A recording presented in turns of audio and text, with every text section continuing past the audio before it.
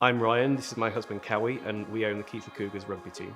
In the 1990s, my dad was the chairman of the club. It was my happy place. I was a pretty lonely teenager, so I had happy memories from Keighley Cougars, and that's why in 2019, when it came up for sale, Kaue and I bought it. It was essentially bankrupt, so the gates were padlocked shut. There were plans to basically bulldoze the stadium and turn it into a supermarket, so it was last chance saloon. Being originally from Brazil, I had never heard about rugby in my life, so it was a lesson there that I had to learn, different shape ball, but I was sold on the players.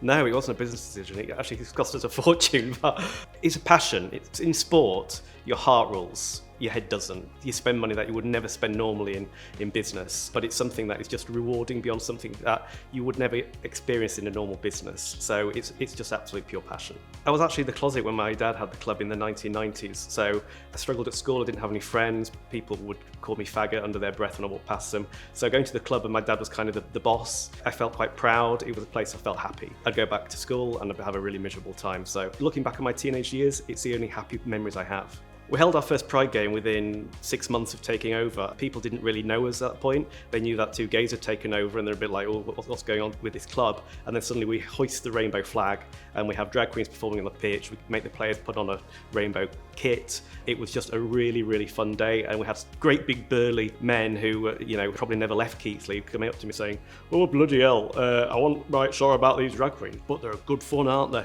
And it was literally the best day they've had at that rugby club. And we've done it ever since. My parents were both, to be honest, pretty homophobic, and when we were going to do the Pride game, they were super nervous and didn't think it was a great idea. My dad hated drag queens, didn't understand it, and now he absolutely loves drag, so it just shows how things can change. With the abuse that we get online, sometimes I think just reassures us that we have to do more, because there's still a lot of people that needs to learn that we are just human beings wanting to live our true life. We've had abuse online from Martina Navratilova, J.K. Rowling, James Dreyfus, and I just feel quite proud really when they blocked me, to be honest. So when we appointed India Willoughby to become our patron, we want to show the support using our platform from the club to the LGBT community, but to the trans community in special, because India, being as such a good trans activist, it just reassured everyone in the club and in the town that we are all the same.